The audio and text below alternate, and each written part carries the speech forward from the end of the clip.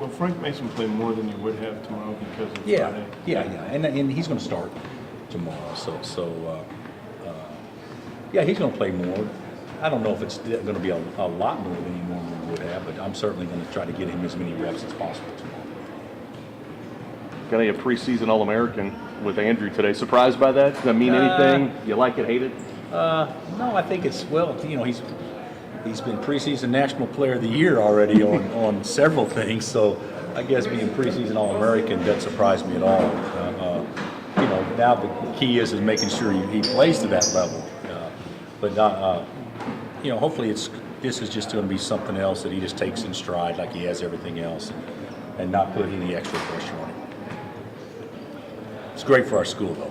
I mean, to have guys that are that well thought of is pretty cool. Practice been a little bit different, Coach, since the opener. A couple of kids said the emphasis maybe had changed a little bit after you got to watch film. Yeah, I think so. I think we've really focused more into guarding. I've always been a guy, I thought it was easier to teach them how to guard than how to score. And after watching us guard the other day, I'm not sure that's the case with this bunch. And so we've got to become much better defensively. And we will. I mean, we got the talent to become better defensively, but it's been more of an emphasis since Pitt State, although it's always an emphasis, but I'd say we spent, without question, the majority of our time on it. Is missing Nadir for that opener, does that hurt your young guys more than it hurts Nadir? Because he's been there, but they're learning how to kind of play with him? I'm hoping it doesn't. I'm hoping we don't miss it.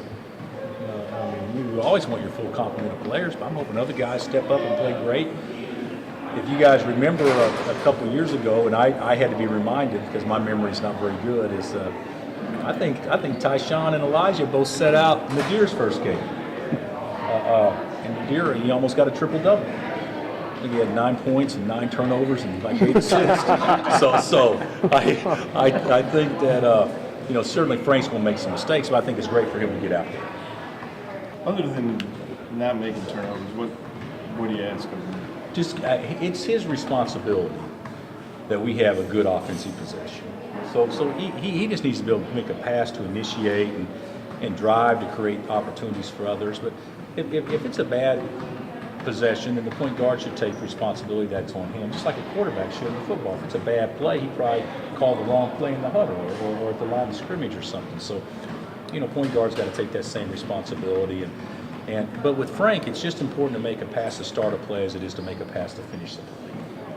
And so that's what I want to see him be able to make easy plays to get the ball moving. And then, of course, defensively, he needs to cut the head off. And that's harder to do with today's rules. That you can really go out and attack the other team's point guard.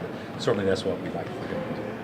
And if you're getting good shots, good open shots, It's a good possession. so even if he's not getting assists, you know that he's having a good game if you're getting good open shots. See, good offensive. oh yeah. See, I think if you looked at us statistically, we haven't had a big assist man since Aaron Miles, and it doesn't have anything to do with we hadn't had good guard play. What it's had something to do is when we had Aaron, we had him initiate, and then we had him get it back so he could make the pass to finish every play.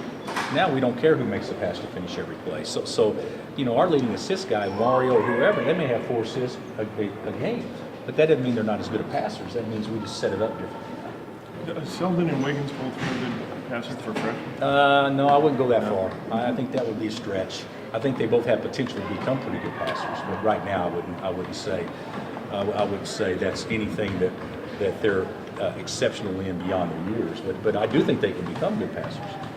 You hear about teams, they naturally have better chemistry over time when they play together. Are there ways to speed that process up when you got guys that have never played with each other? I'd say probably no. The one thing that can certainly happen is you could have some success early, and that would probably speed it up as much as anything else. Sometimes when you don't have success early, you think, well, then what we're doing is not working. We need to try something else or be something else. And with our schedule this year, there's a good chance we're not going to look great every time we lace them up. But you still got to figure out a way to win those games when you don't look great. And that's the key to having a great season, is winning games when you're not your best. And our competition is so stiff. I think it's going to take a while. I think that we'll be a fun team to watch play, but I also think it'll be a little fragmented, much like the officiating this year.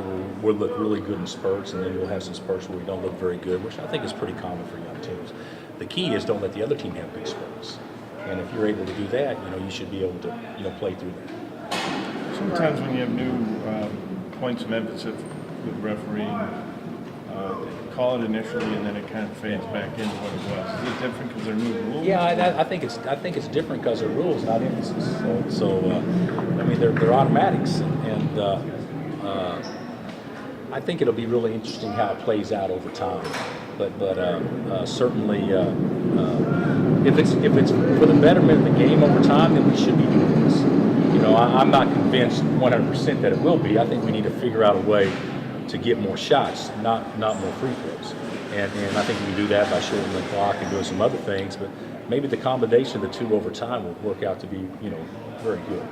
Considering how many fouls were called in the other game, maybe that number fluctuates, but do you see that having any changes as far as you going deeper than 8-9 guys as far as rotation? It could, but it still puts you still don't want your best players sitting on the bench, But yeah, I would think the depth situation when we have our full complement of players, it can't hurt, especially from the big position.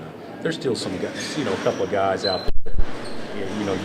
We're still better. Like when Thomas played, we had a little bit of depth, but it was still important that Thomas be in the game. And I think that we're going to have a couple of guys that obviously it's going to be pretty important that they learn how to play with their head and their feet, not their hands.